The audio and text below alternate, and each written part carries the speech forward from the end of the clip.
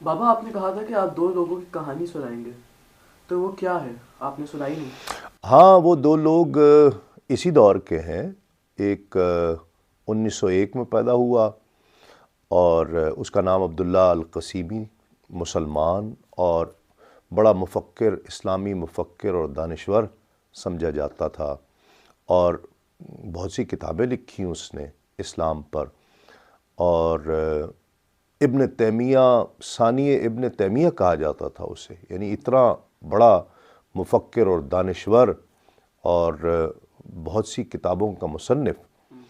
اور دوسرا ایک شخص جو غالباً 1950 کی دہائی میں پیدا ہوا، اس کا نام جوزف ایسٹس، غیر مسلم، اور وہ اتنا متشدد غیر مسلم تھا، اسلام کے اتنا خلاف تھا کہ وہ معاذ اللہ یہاں تک کہا کرتا تھا کہ مسلمان مکے میں ایک کالے رنگ کے صندوق کی عبادت کرتے ہیں، اور مسلمانوں کے بہت خلاف، بہت تاجر تھا، بزنس مین تھا، اور بہت زیادہ مخالفت کیا کرتا تھا مسلمانوں کی، اسلام کی مخالفت کیا کرتا تھا۔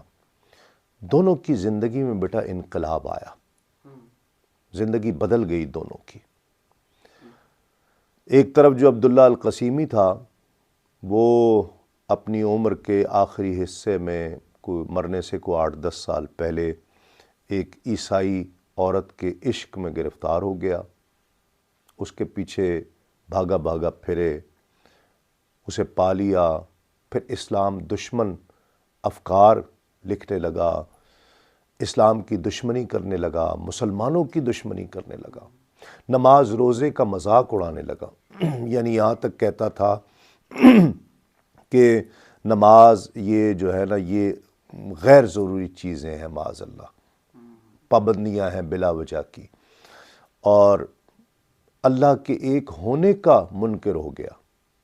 یعنی اس قدر اس کا حال برا ہو گیا کہ وہ پھر اسی پر موت مرا اور دنیا سے کوچ کر گیا، یعنی دنیا اس کے وجود سے پاک ہو گئی، یہ کہہ سکتے ہیں۔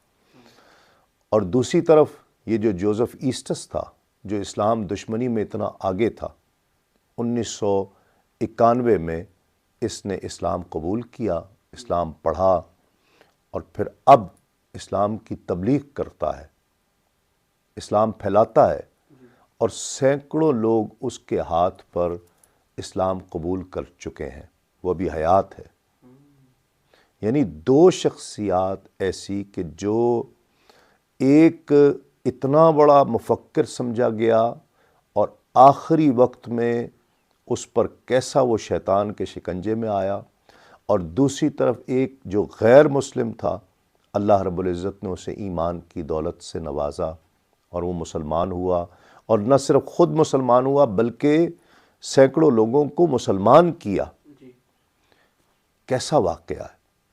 اسی کے لیے کہتے ہیں کہ اللہ رب العزت سے ایمان پر خاتمے کی دعا بھی کرنی چاہیے کہ ہمیں ایمان پر موت دے، آخری عمر میں بھی ایمان پر رکھ، حق پر رکھ، اور ایمان کی سلامتی کی دعا کرنی چاہیے۔